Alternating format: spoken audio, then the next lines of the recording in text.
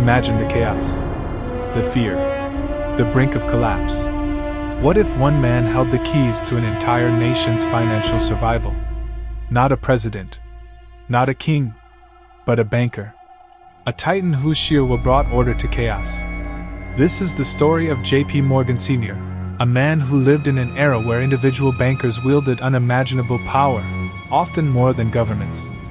Morgan was no ordinary financier. He was a force of nature, known for his brusque manner, his fierce temper, and that famously bulbous nose.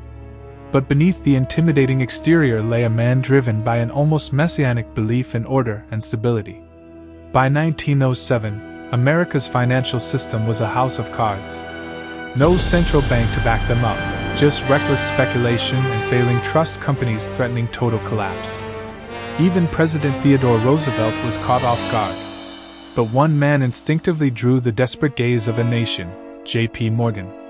Morgan was at a religious convention in Virginia when the chaos erupted.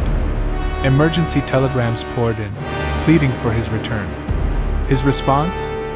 "They do not know what to do, and I don't know what to do, but I am going back." A declaration of personal responsibility for the nation's financial fate. Back in New York, Morgan took charge, literally locking the doors of his magnificent library. He summoned the city's most powerful bankers, rivals, and demanded they work together.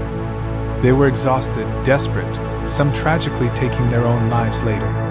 But Morgan, fueled by lozenges and an unshakable will, held them hostage. His plan?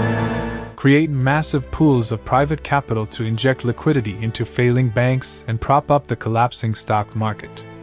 He famously told the stock exchange president the market must not close 1 minute before 3 o'clock today, sending his agent, Richard Whitney, to buy up shares publicly to restore confidence. By all accounts, it was a masterful performance. The sheer force of Morgan's personality, his reputation for integrity, and his willingness to commit his own vast resources pulled the financial system back from the precipice. But this wasn't Morgan's first rescue. Years earlier, in 1895, America faced another grave financial crisis, the threat to the nation's gold standard. European investors, spooked by U.S. monetary policy and a severe depression, were rapidly draining gold from the U.S. Treasury. The national gold reserve plummeted, sparking fears America would abandon its currency's value. President Grover Cleveland, a staunch defender of sound money, found his hands tied by a hostile Congress. In a desperate move, he secretly turned to J.P. Morgan and the Rothschilds. Morgan laid out a scheme. His firm, with the Rothschilds, would gather millions of ounces of gold from Europe and the U.S. to replenish the treasury. He also made a crucial promise: to temporarily halt the outflow of gold, effectively rigging the market to restore confidence. While Morgan's interventions averted disaster, they came at a cost. The enormous profits reaped by his syndicates, and the audacity of a private citizen dictating national policy, fueled intense public resentment. Critics, like William Jennings Bryan, branded him a Pontius Pilate, who nailed starving farmers to a cross of gold.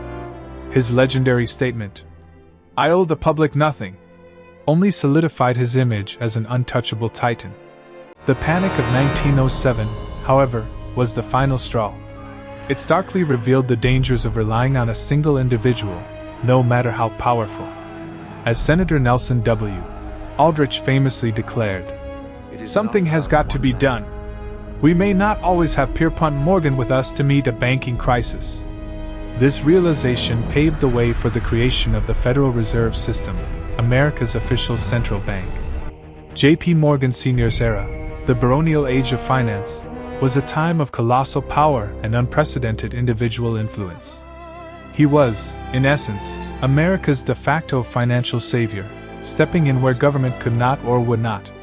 While the world would never again see a single financier wield such immense power, his legacy profoundly shaped the very structure of modern finance, proving that even in a democracy, sometimes, a king has to step in to save the realm.